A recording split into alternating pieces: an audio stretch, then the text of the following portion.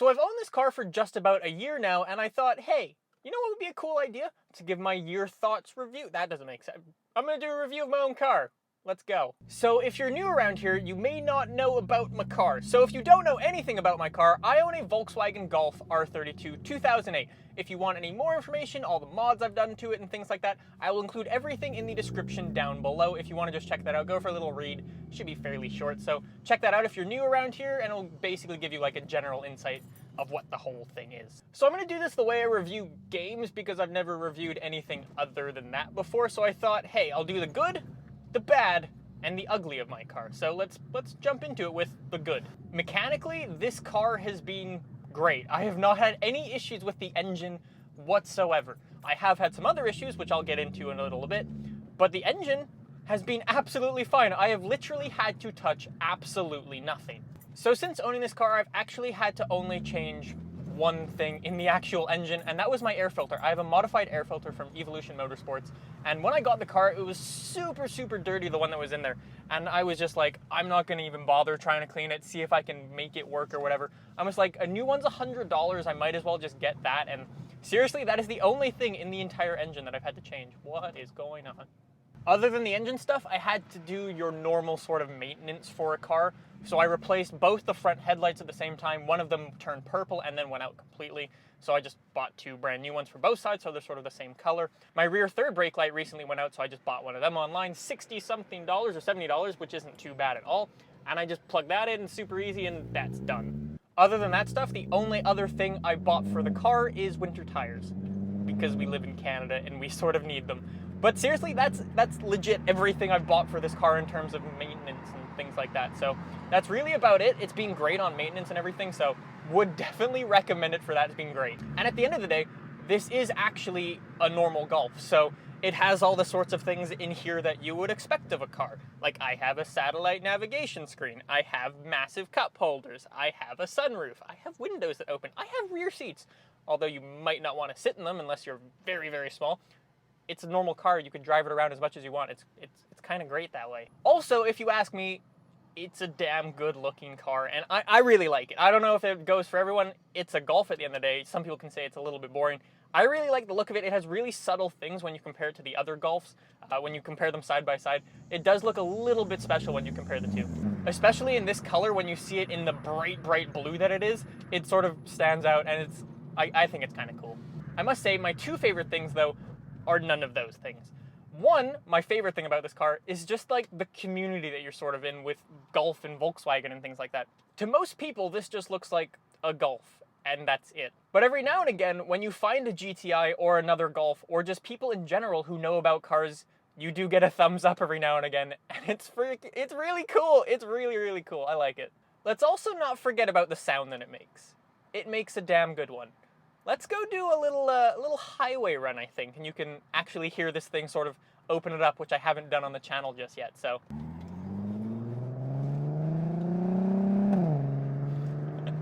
We haven't even done anything yet. That was like 3. All right, let's go, boys.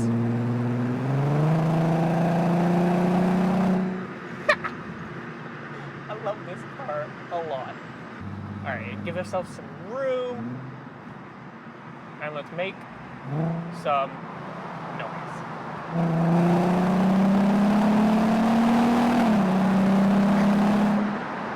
I love this car.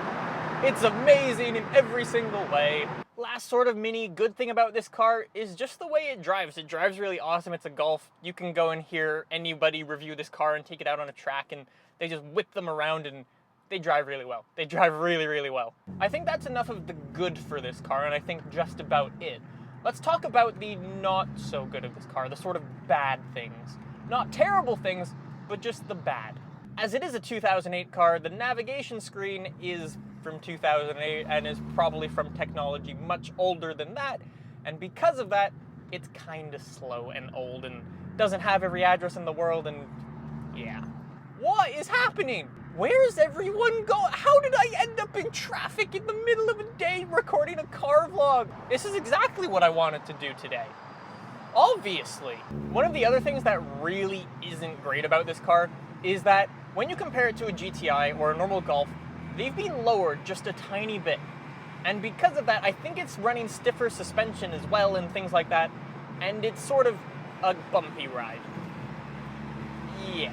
So some of the other not so great things about this car is the gas mileage. I spoke about this in a recent video. It has a drinking problem. At the end of the day, it is a V6 modified engine and running a tune and everything like that. And because of that, it drinks a lot. My average miles per gallon currently right now is 19.9. That's not very good. The other thing is my gear shifter. Yeah, it's automatic. It only came in automatic. For whatever reason, I got water under here by wearing gloves because Canada, it's cold in the winter. I got some water under there and the whole sticker thing came off and all this little chipping everywhere. I don't even know what caused that. That wasn't even me. That was the guy who owned it. How do you do that to a car? But yeah, the last weird little build quality I don't know what caused this, but in the middle of the winter, it was probably negative 30-ish. And for whatever reason, in the middle of the night, for a week straight, my alarm decided to go off. Don't know why, don't know what caused it, but as soon as it got warm again, it hasn't done it since, and it just lasted like it was very weird.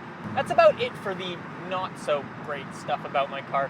Shall we talk about the things that really bother me about this?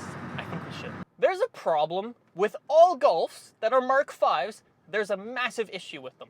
In the winter, when the snow falls and things start going down the side of the car, goes through the little vent and goes to where sort of the water should disconnect and stuff. But Golfs like to shoot stuff up because they're majority front wheel drive, mine's all wheel drive, shoots a lot of shit up into the wheel. Because of that, it gets dirty up in there, holds stuff there.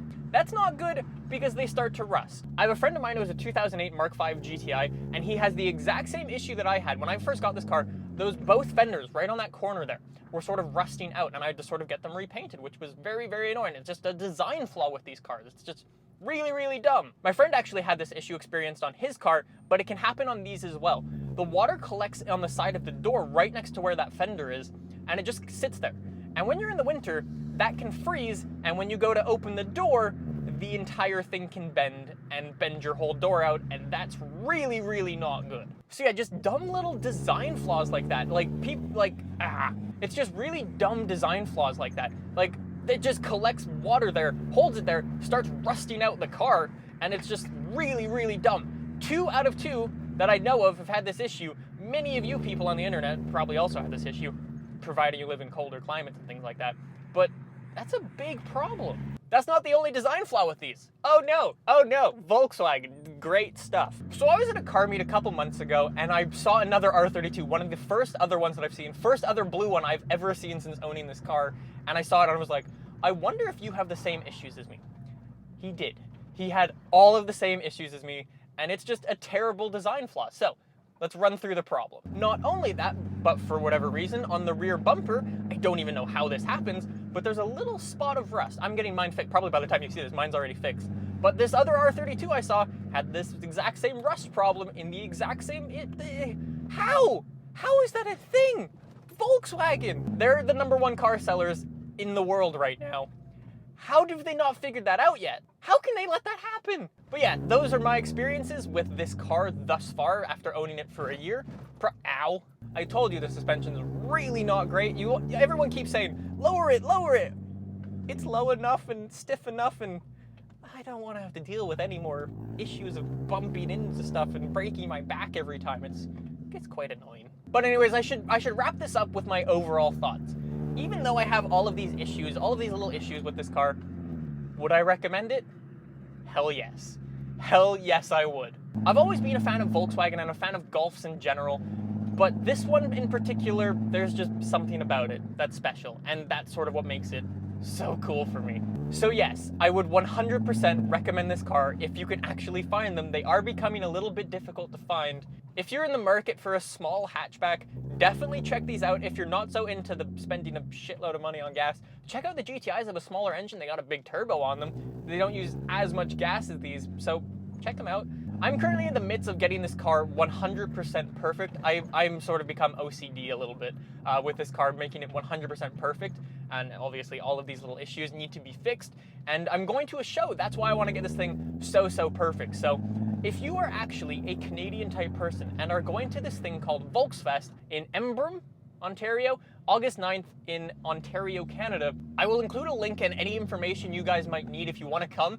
I will include that all in the description down below. You guys should definitely come. I may be bringing some t-shirts to give out if I meet any of you guys, so that'd be really cool. So come check it out. It should be pretty good, and maybe I can see some of you guys there. But yeah, that's about it for this car vlog. Hopefully you guys have enjoyed, and I will see you in the next one. What an amazing car. Let's see if we can show these kids up in all their fancy cars and stuff.